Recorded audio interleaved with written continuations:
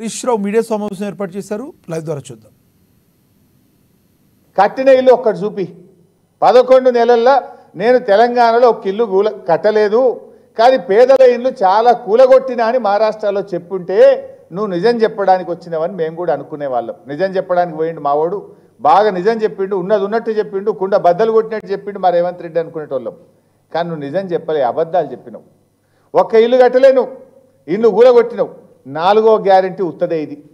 ఇకపోతే యువ వికాసం 5వది. ఎవరికన్నా ఒక్కరికన్నా 5 లక్షల భరోసా కార్డు ఇచ్చినవా? నడుస్తున్న ఫీజు రియంబర్స్మెంట్ కూడా బంద్ పెట్టి విద్యార్థులను రోడ్డు మీదకి తెచ్చినావు నువ్వు. కానీ దీని గురించి కూడా నువ్వు చెప్పలే. 6వది చేయూత, వృద్ధులకు వితంతువులకు 4000 రూపాయలు ఇస్తా, డిసెంబర్కేలే ఇస్తా అని చెప్పినావు. మరి నేను వృద్ధులను వితంతువులను మోసం చేసినా 4000 పింఛన్ ఇస్తా అని ఇయ్యలేదు, ఇచ్చే 2000 కూడా 11 నెలల్లో 2 నెలలు ఎగబెట్టినా అని నువ్వు చెప్పుంటే నిజంగా నువ్వు నిజం చెప్పినావు అనుకునే వాళ్ళం.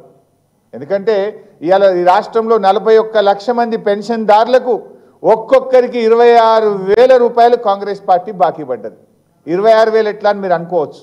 2,000 బదులు 4,000 ఇవ్వాలి కదా. 11 నెలల 22,000 అది, ఎగ్గొట్టిన 2 నెలల పెన్షన్ 2,000 4,000 అది, అంటే 26,000 రూపాయలు కాంగ్రెస్ పార్టీ 41 లక్ష మంది పెన్షన్దారులకు బాకీ పడ్డది అని రేవంత్ రెడ్డి గారు చెప్పింటే మావోడు నిజం చెప్పిండు మా ముఖ్యమంత్రి అని మేము కూడా అనుకునేటోళ్ళం. నిజం చెప్పలే, నువ్వు అన్నీ కూడా అబద్ధాలు చెప్పినావు రేవంత్ రెడ్డి గారు. అంటే నిజం చెప్పడానికి వచ్చినా అని చెప్పుకుంటూనే అన్ని పచ్చి అబద్ధాలు మాట్లాడిండ్రు. ఇంకో విషయం అన్నాడు, 10 నెలల్లో 50,000 ఉద్యోగాలకు నోటిఫికేషన్లు ఇచ్చినాం, ఉద్యోగాలు భర్తీ చేసినాము అని రేవంత్ రెడ్డి గారు చెప్పాడు. అది కూడా ఒక్కసారి వీడియో చూసిన తర్వాత నేను మాట్లాడతాను. 10 महीने में हम लोग 50,000 सरकार नौकरी दिया हुआ है तेलंगाना में. ఇందిరమ్మ రాజ్యం వస్తే 2 లక్షల ప్రభుత్వ కొలువులు సంవత్సరం తిరిగే లోపల నిరుద్యోగులకు ఇస్తాం. నువ్వేం చెప్పినావు? ఇందిరమ్మ రాజ్యం వస్తే 1 సంవత్సరంలోగా 2 లక్షల ఉద్యోగాలు ఇస్తాం. ఇది అడ్వర్టైజ్మెంట్. ఎలక్షన్ల ముందు అన్ని పత్రికల్లో 2 lakh appointments in the first year అని కాంగ్రెస్ పార్టీ ఇచ్చిన అడ్వర్టైజ్మెంట్లు మీరే ఇక్కడ చూశారు. ఇప్పుడు ఆయన స్వయంగా చెప్పిండు, ఇందిరమ్మ రాజ్యంలో 1 సంవత్సరంలో 2 లక్షల ప్రభుత్వ ఉద్యోగాలు ఇస్తామన్నాడు.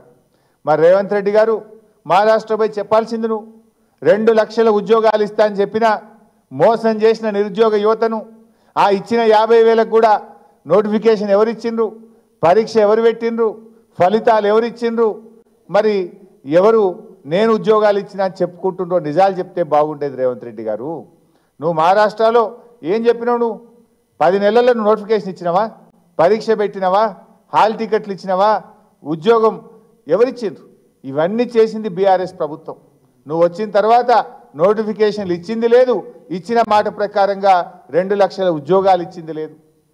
ఏ అశోక్ నగర్ సెంట్రల్ లైబ్రరీలో రాహుల్ గాంధీ గారు రేవంత్ రెడ్డి గారు వెళ్ళి మాట ఇచ్చిండ్రో ఆ అశోక్ నగర్ సెంట్రల్ లైబ్రరీకి పోలీసులను పంపించి ఆ పిల్లల ఈపులు కమిలిపోయేటట్టు కొట్టించిన చరిత్ర కాంగ్రెస్ పార్టీది, రేవంత్ రెడ్డిది.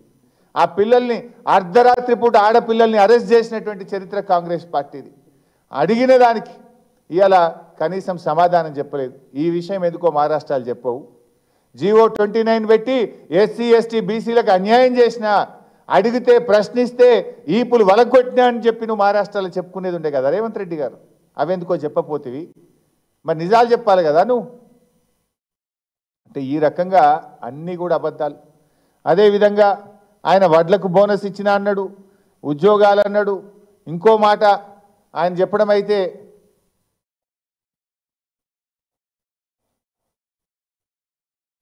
అంటే ఏ ఒక్క విషయంలో కూడా క్లారిటీ లేదు.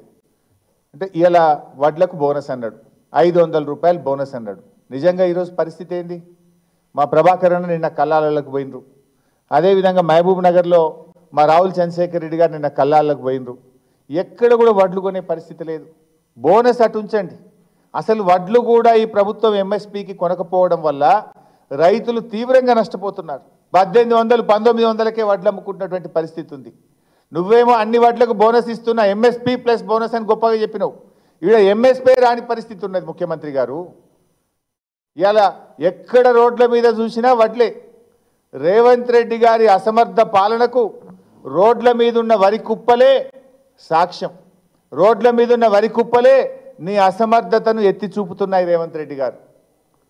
నువ్వేం ఆడవై బోగస్ మాటలు చెప్తున్నావు. బోనస్ ఇచ్చినాను, అన్ని అబద్ధాలు.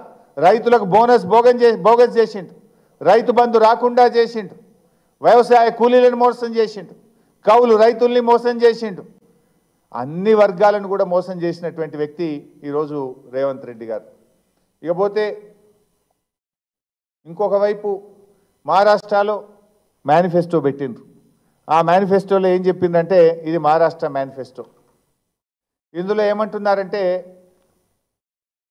మహిళాओं हर महीने 3000 रुपया. మరి